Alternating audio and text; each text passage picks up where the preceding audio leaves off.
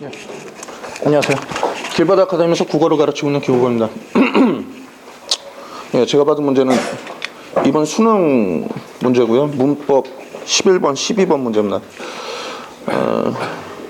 뭐 언론에서 전반적으로 뭐 쉬웠다 그런 이야기를 하는데요. 그러니까 뭐 이제 주변 사람들은 다 쉬웠다라고 생각을 하는데 좀 바로잡을 게 있다면은 1컷이 91점인데 2015학년도 1컷하고 똑같습니다. 근데 똑같은 1컷인데 그때는 어렵다고 난리가 났었고요.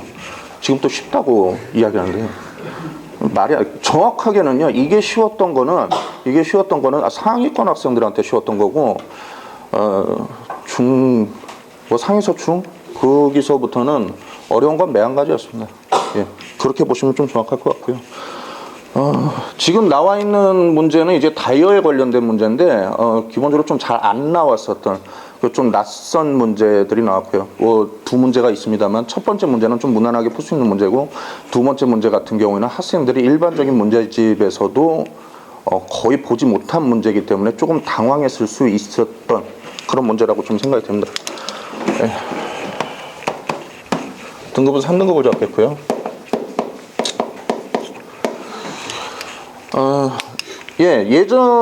그러니까 대략 한 3년 전서부터 이제 문법에서도 지문이 나오고 있었는데, 초창기에는 이제 지문이 나올 때 이 지문이 이미 학생들이 알고 있었던 그런 내용이면 굳이 지문을 읽지 않아도 풀 수 있는 그런 경우도 있었어요.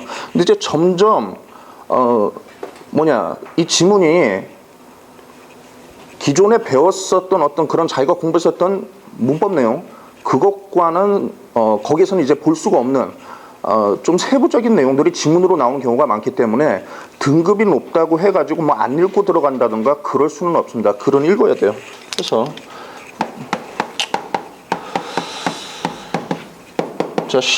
첫 번째 문제는 이제 지문을 이해하고요. 그것과 관련해서 추론하는 내용이고요. 그럼 어떤 내용이냐?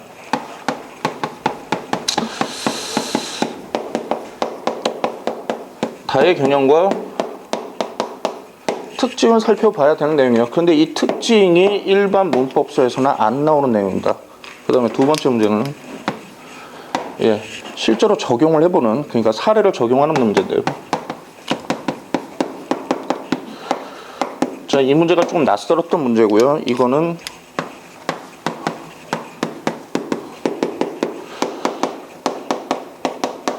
문맥 속에서 의미를 파악하는 게 문제풀이의 핵심입니다. 해가지고 지문을 읽지는 않고요. 항상 제가 그랬습니다만 지문의 내용을 간단하게 정리를 한 다음에 문제로 좀 들어가 보겠습니다. 다이어에 관한 내용이 나와 있고요.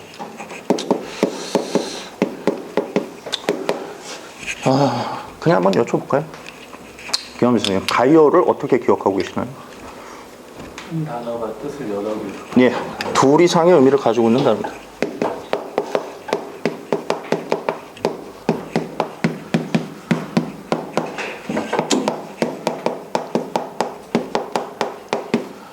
가 있고요. 그런데 이게 그냥 밑도 끝도 없이 의미를 여러 개를 가지고 있는 게 아니라 중심 의미가 있고요. 그리고 주변 의미가 있습니다. 거기서 중심 의미에서 파생된. 근데 이제 그래서 중심 의미에 대해서 어떻게 이야기를 하고 있느냐? 기본 의미는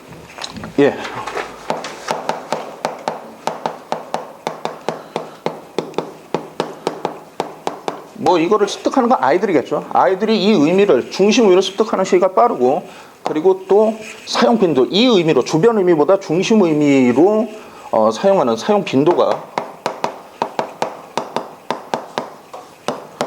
높다라고 이야기가 됩니다. 자, 그 다음에 이제 주변 의미의 특징에 대해서 이야기를 하는데요. 첫 번째. 자, 주변 의미로 쓸 때는 문법적인 제약이 옵니다.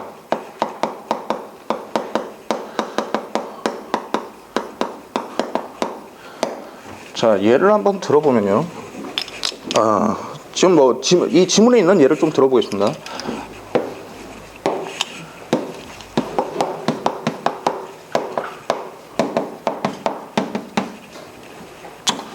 한 살을 먹다라는 거죠. 여기서 먹다는 무언가를 섭취하다라는 의미가 아니죠. 그렇죠? 한 살이 더 들다라는 의미인데. 자, 근데 여기에 접사를 붙여서요.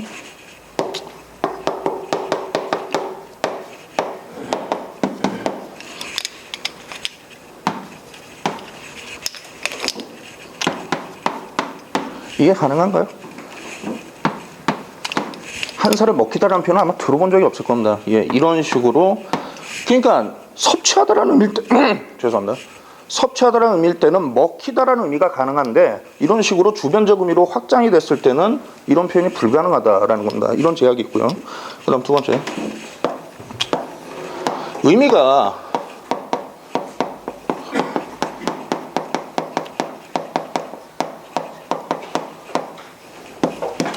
의미의 추상성이 강화된다라는 겁니다. 조세미 선생님 혹시 그냥 부담 갖지 마시고요. 추상이라는 의미를 어떻게 알고 계시나요? 예.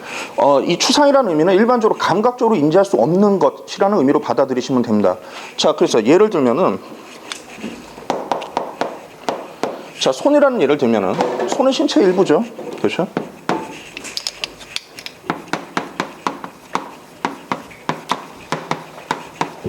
자, 그런데 확장된 의미는 또 어떤 게 있냐면요. 손이 부족하다 그러면 뭐가 부족하다는 얘기인가요? 노동력이죠. 예, 노동력입니다. 정확하게는. 자, 그리고 너는 내 손에서 벗어날 수 없어 할 때 정말 이 손에서 벗어날 수 없다는 얘기인가요? 어떤 고난의 범위입니다.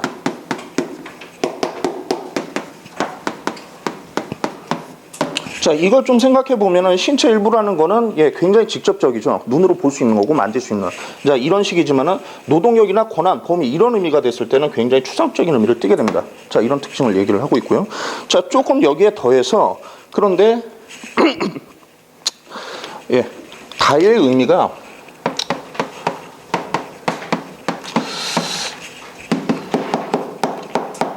자, 이건 2번 문제와 관련된 건데 의미가 대립하는 경우가 있어요. 이 안에서 확장된 의미인데 자, 어떤 경우냐면은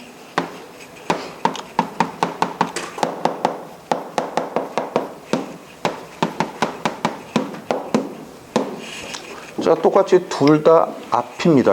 예, 정재현 선생님 역시 부담 갖지 마시고요. 이 앞하고 이 앞이 분명히 뭔가 달라요. 어떤 게 다른 것 같습니까? 예, 정확하게 보셨고요. 예, 앞인데 이거는 과거, 시대적으로 과거를 나타내고요. 이거는 미래를 나타냅니다. 해서 의미는 같지만 이게 방향성을 어느 쪽으로 띄고 있느냐에 따라서 의미가 대립한다라는 그런 내용을 하고 있습니다. 이게 예, 지문에 관련된 내용이고요. 문제를 좀 한번 설명해 보도록 하겠습니다. 예, 올려주시겠습니다.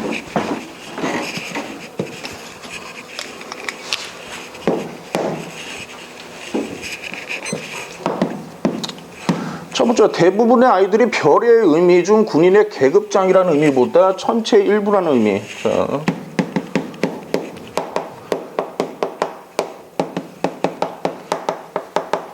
자, 이렇게 나왔습니다. 박선배 선생님, 네. 계급장하고 천체 중에 어느 게 어느 게 기본적인 의미고 어느 게 확장된 의미일까요? 자, 어느 쪽이 기본적인 의미죠? 별을 쓰면 천체가 기본적인 의미죠? 그렇죠? 자, 근데 여기 보면 어떻게 돼 있어요? 계급장이라는 의미보다 천체 일부라는 의미를 먼저 배우겠군이라고 했죠. 여기 보면은 중심 의미가 스투시가 훨씬 더 빠르다라고 되어 있습니다. 자, 그렇기 때문에 1번은 문제가 없어요. 그 다음 두 번째. 자, 앉다 의미 중 착석하다라는 의미로 쓰이는 빈도가, 이건 기본 의미입니다. 그렇죠? 자, 요직의 앉다처럼 직이나 자리를 차지한다의 의미로 쓰이는 착석. 자, 그리고 요직을 차지한다. 간단하게 써 있습니다. 자, 보면은 예, 그보다 쓰이는 빈도가 높겠군 했습니다. 착석이 기본 의미죠. 그렇죠? 예, 역시나 지금 여기 설명했던 대로 사용 빈도가 중심 의미가 더 높다고 되어 있습니다. 해서 2번도 문제가 없어요. 그 다음 세 번째. 자, 결론에 이르다와 포기하기에는 아직 이르다. 두 개를 좀 적어 놓겠습니다. 똑같이.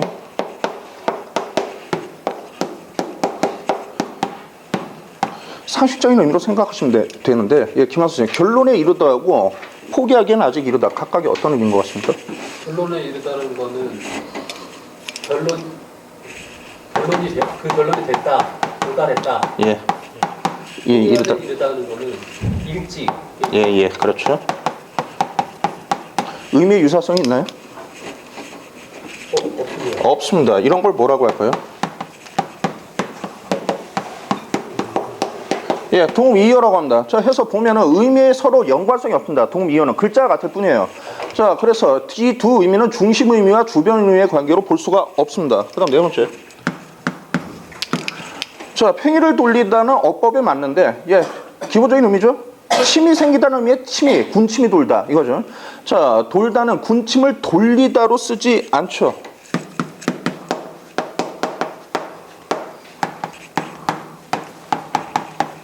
자, 이렇게 쓰지 않습니다. 자, 그런데 아까 문법적인 제약을 이야기를 했었죠. 여기 첫 번째.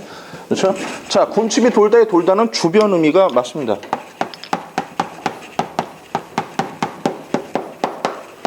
자, 그러면 답이 5번이 되는데 위쪽으로 좀 올리겠습니다.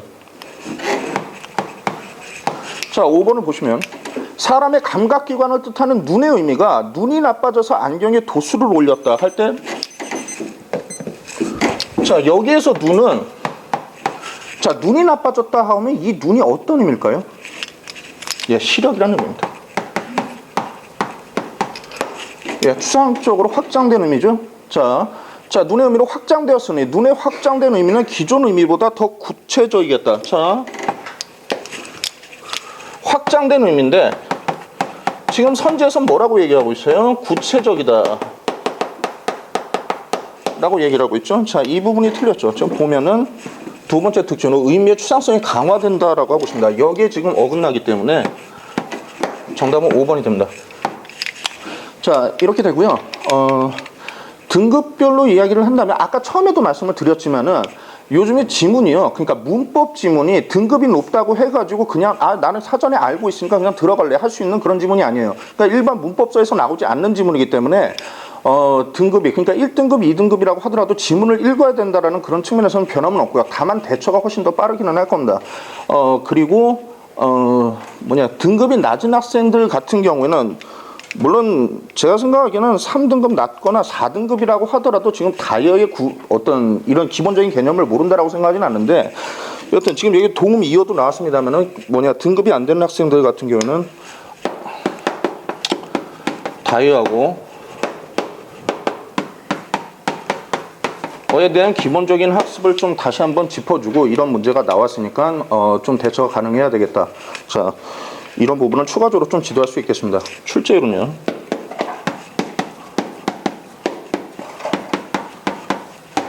문법이 이런 체제를 갖추고 나서 제시된 지문을 가지고 추론하는 문제는 거의 나온다고 보시면 됩니다. 자, 다만 이 문제의 경우에